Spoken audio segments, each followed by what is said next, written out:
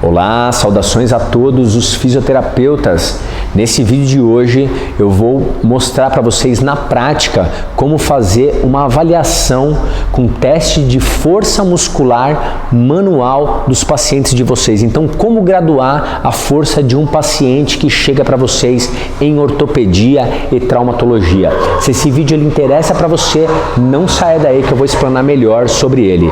Aproveita e faça um convite a todos os fisioterapeutas que ainda não são inscritos no canal, que se inscrevam, deixem seus comentários, suas sugestões. O seu pode ser o próximo vídeo. E compartilhe esse vídeo com aquele fisioterapeuta que está tendo dificuldade na prática clínica na hora de avaliar, de examinar um paciente. Bem, hoje a gente vai falar então sobre o teste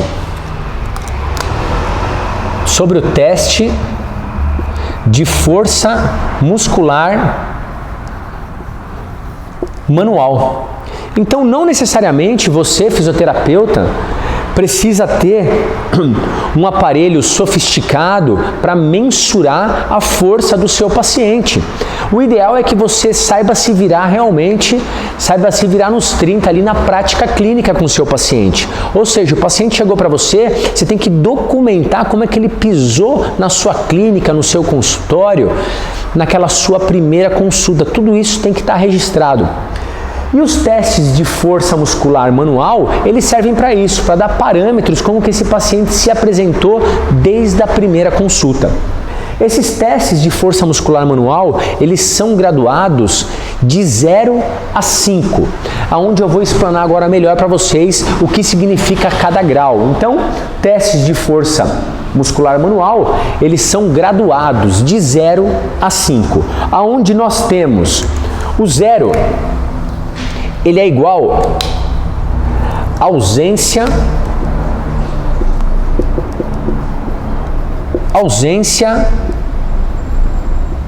de movimento, de contração muscular. Ou seja, viro para o paciente e falo, ó, quando eu falar já, quero que você dobre seu cotovelo o máximo que conseguir e para no seu limite. Eu peço o movimento para ele e o braço ele não se mexe. Vamos lá, força para dobrar o cotovelo, força, força.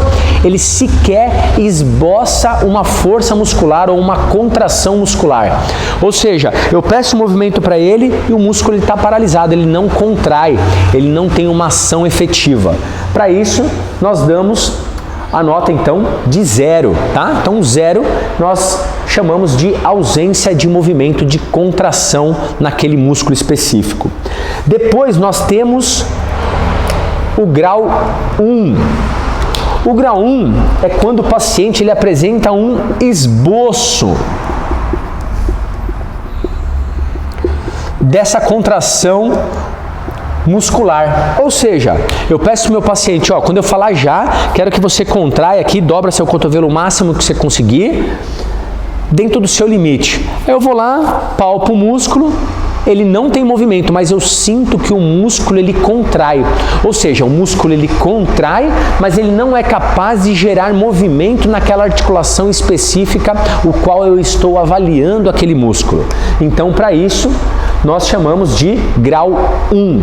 Ele esboça a contração, mas não gera movimento na articulação. Depois nós temos o grau 2. O que seria o grau 2? Esse paciente, ele apresenta movimento, porém sem ação da gravidade.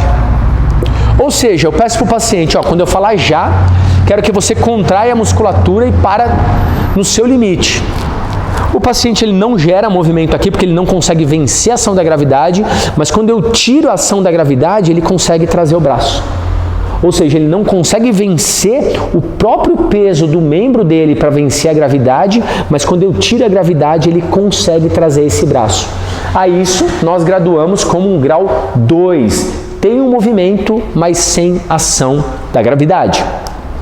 Depois nós vamos para o grau 3. No grau 3, o paciente ele gera movimento contra ação da gravidade. Ou seja, quando eu falar já, quero que o senhor dobre o cotovelo o máximo que conseguir, pare no seu limite. O paciente ele consegue trazer até o fim do arco de movimento.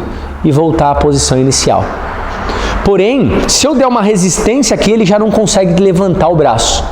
Ou seja, ele só tem força suficiente para vencer a resistência do membro contra a ação da gravidade. Mais nada. Uma resistência externa ele já não consegue. Então ele tem um movimento contra a ação da gravidade para conseguir elevar esse membro, mas ele não consegue sustentar uma resistência, um pezinho que eu desse para ele.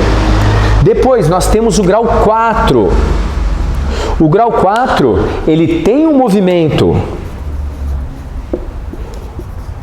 contra uma pequena resistência externa. Ou seja, o paciente ele consegue realizar o movimento contra a ação da gravidade e ainda ele tolera uma pequena resistência durante esse movimento.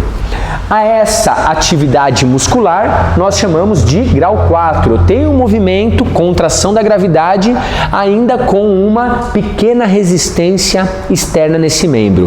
E por fim, o que nós chamamos de grau 5. No grau 5, ele tem um movimento